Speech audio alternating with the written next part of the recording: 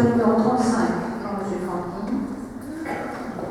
Vous avez mis en œuvre de la réforme des rythmes scolaires, disposition de la circulaire de mars 2013 relative au projet d'équité et d'organes dans de collectivité à mettre en œuvre des démarches en réalisant le PST mentionné à l'article 651 du Code de l'éducation. Il est donc proposé d'accepter ce que vous avez et de saluer le contrôle de travail dans le développement de service de la ville. Et c'est un projet éducatif qui a été validé par l'inspection académique.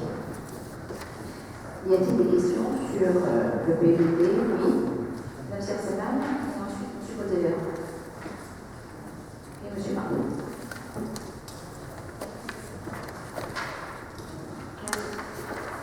Vous présentez un projet éducatif territorial en décembre 2014 alors que la rentrée scolaire est en septembre 2014.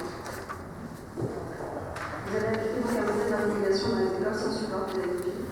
Finalement, il aura fallu attendre que l'opposition dénonce l'absence de projet éducatif en novembre pour que votre équipe se mette au travail. Et pourtant, je cite ce qui est écrit dans ce projet: vous menez une politique exemplaire en faveur de la jeunesse et de leur famille, cela en mettant à disposition les conditions les plus optimales, favorisant ainsi leur réussite et leur épanouissement. Et en proposant à nos jeunes une offre éducative et pédagogique de qualité bien coordonnée. Ensuite, je cite à nouveau ce qui est écrit. Malgré les désaccords profonds de la municipalité avec les conditions d'application de cette réforme et les problématiques engendrées tant au niveau organisationnel que financier, nous avons fait le choix de mettre en place la semaine à 4 jours et demi dans nos écoles. On est tout d'accord, c'est vrai, je ne cache pas. Les enfants sont fatigués le jeudi soir, et par conséquent, on fera aussi un point d'étape, je pense, là, dans quelques mois, pour justement savoir comment on va faire remonter les informations à l'inspecteur d'académie pour lui dire que ça n'est pas un bon rythme de faire pour ces enfants. Je finis. Concrètement, rien ne vous motive au départ à mettre en place cette réforme, et ce malgré qu'il soit dans l'intérêt des enfants. J'aimerais vous rappeler que le retour à la semaine de 4 jours et demi avait aussi été réclamé par la Conférence nationale sur la vie organisée, sous la droite, un rapport parlementaire approuvé par l'ULP, les syndicats d'enseignants, les parents d'élèves, l'Académie de médecine, par la concertation pour la refondation pour l'école organisée par la gauche après 2012 et par les chronobiologistes. Tous les spécialistes des rythmes de l'enfant estiment que la semaine de 4 jours entraîne fatigue et difficulté d'apprentissage. De plus, concernant les problématiques tant sur le plan organisationnel que financier, plutôt n'est pas une ville pauvre. Nous avons les ressources suffisantes pour assurer à tout enfant un parcours scolaire d'excellence. Ça n'arrive pas loin. Strictement organisationnel financier, si. D'ailleurs, il est précisé dans ce rapport que le modèle qui a été choisi par la ville, 3 jours de 6 heures d'enseignement, se distingue donc du modèle de l'éducation nationale et dépasse le temps maximum d'enseignement prévu par la loi, c'est-à-dire 5h30 d'enseignement maximum par jour.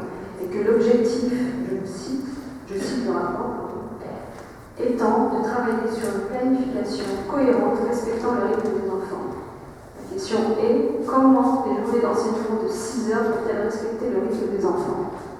Vous citez plusieurs atouts, dont une prise en compte de la fatigue des enfants avec 2 journées allégées, le mercredi et le vendredi. Une plus grande flexibilité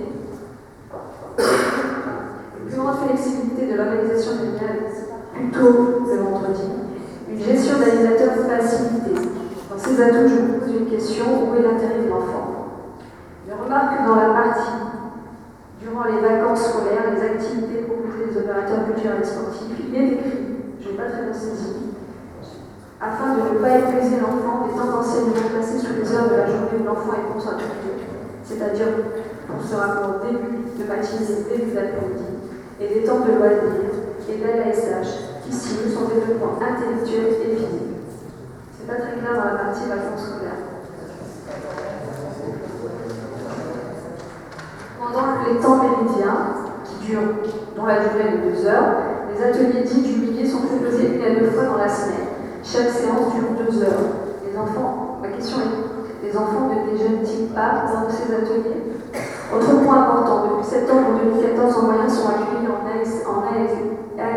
SH, et vendredi après-midi, 1022 enfants en maternelle et 1230 enfants en élémentaire. Au total, 2252 enfants sur un total de 4135, soit 54%. Ce qui veut dire qu'environ 46% des enfants scolarisés à Buteau quittent l'école le vendredi après-midi et ne participent pas aux activités proposées. Ça, c'est pas vrai du tout. Ça, on a les chiffres. On a les chiffres. C'est en moyenne. C'est quand le vendredi après-midi, on a beaucoup plus à dire que le mercredi. Je parle du vendredi après-midi où il est écrit que 1022 enfants en maternelle et 1230 enfants en élémentaire, soit au total 2252 enfants, participent aux activités. Ce qui veut dire que 46% des enfants scolarisés ne participent pas aux activités du vendredi après-midi.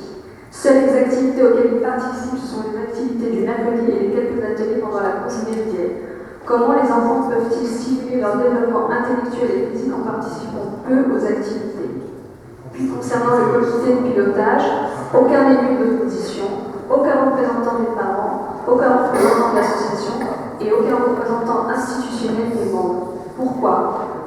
Pour conclure, nous sommes opposés à ce projet territorial car il ne prend pas en considération le bien-être de l'enfant et ne favorise pas cet apprentissage pendant les heures de cours. En effet, pour favoriser l'apprentissage, je me rappelle, les études ont été préalablement réalisées à la mise en place de la réforme et ont montré qu'il est préférable de mieux répartir la journée de classe sur la semaine. Ces études montrent aussi qu'un trop long week-end interrompt le rythme des enfants, entraînant une fatigue plus importante en début de semaine.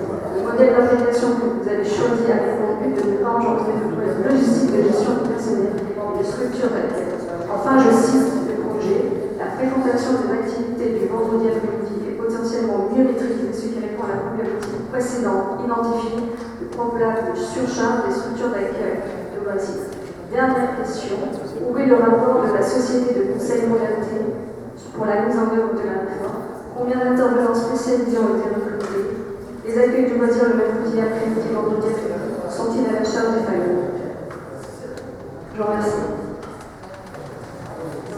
Tout d'abord, je reviens sur le fait que si nous avons pris du temps à faire ce PLD, c'était d'abord parce qu'il y avait un certain timing à respecter, il fallait que soit mis en place cette réforme.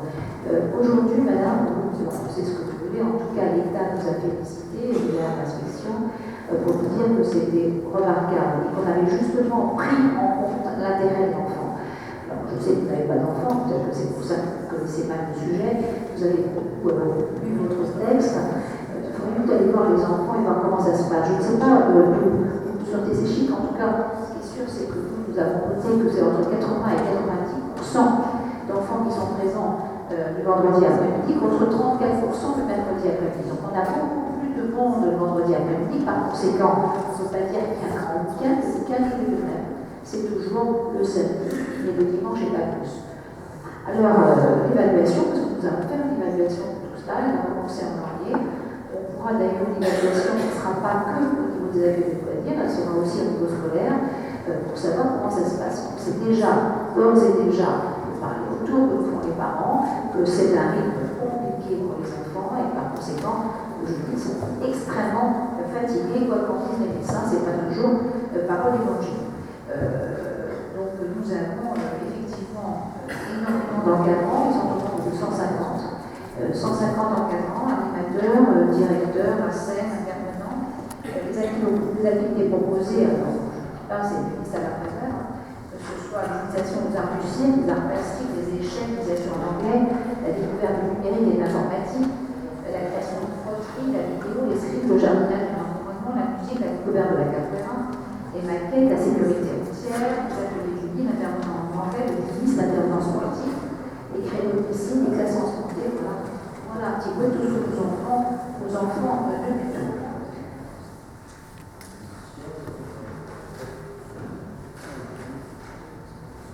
On évaluera non seulement les enfants, mais aussi le personnel, de manière à ce qu'on sache exactement ce qu'il en est. Monsieur Montserrat.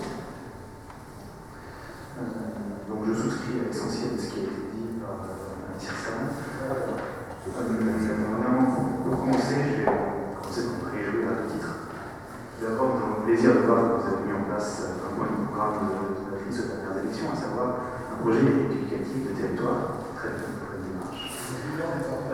Par ailleurs, j'ai noté que votre position a évolué sur cette réforme, puisque puisque vous l'abordez désormais, je cite, avec optimisme, conscient qu'elle, je vous cite encore, favorise le bien-être de l'enfant et sa réussite scolaire. Très bien, bon acte. Néanmoins, en dehors de ces points de forme, le fond n'y est pas. La description de démarche comme Banquier du corps, d'ailleurs, si on prend le calendrier que vous avez fourni, le diagnostic a été entamé en octobre 2013, c'est-à-dire 3 mois après que les autres communes aient appliqué la réforme. C'est-à-dire qu'à cette époque-là, non seulement on n'avait pas commencé à savoir comment elle allait appliquer, on n'avait pas commencé le diagnostic. Vous ne savez même pas si on peut le faire, si oui ou non. Voilà, quelle chose. La construction du PET, donc on parle tout de suite, qui a pourtant commencé en 2014, s'est achevée 3 mois après la rentrée scolaire, qui est mise en place de la réforme dans la ville. Il y a des commissions pas en genre de PET. Et c'est pour ça que je me réjouissais. Ça pourrait aller sans doute un peu tard. Nous sommes déjà abondamment intervenus sur cette réforme lors des précédents conseils. Et donc j'ai une question à poser sur cette immigration. Vous dites avoir demandé une dérogation pour ne pas respecter les préconisations des experts, à savoir la préconisation étant limiter les enseignements à 5h30 par jour dans l'intérêt des enfants. Vous avez demandé à déroger à cette préconisation. Est-ce qu'il y a des éléments concrets à disposition qui indiquent que les enfants putéoliens sont plus résistants, fatiguent moins vite que les autres enfants? Nous avons suivi le décret de M. Lafont, ministre de l'Intérieur, qui a succédé à M. Piron, et qui a fait un décret, c'est celui qu'on a appliqué.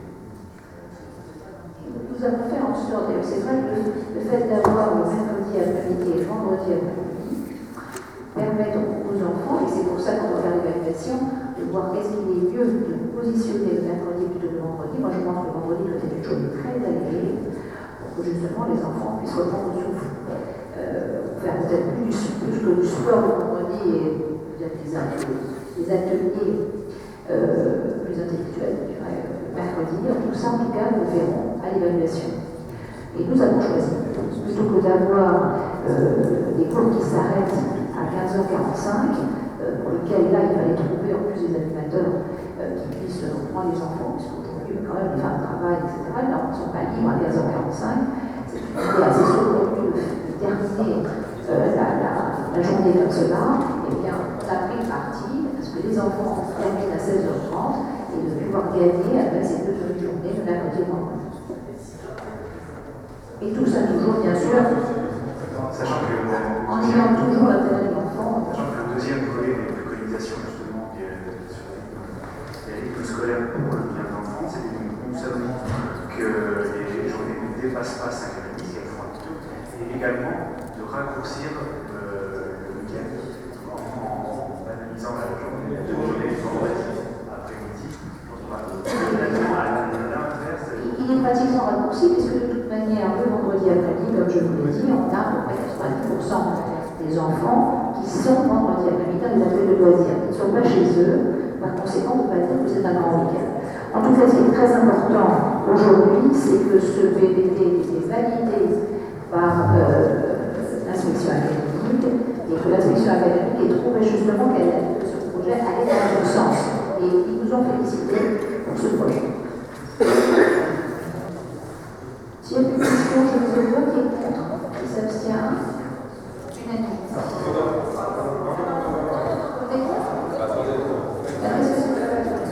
Vous ne réagissez pas. Donc, je recommence. Qui est contre? Qui s'abstient?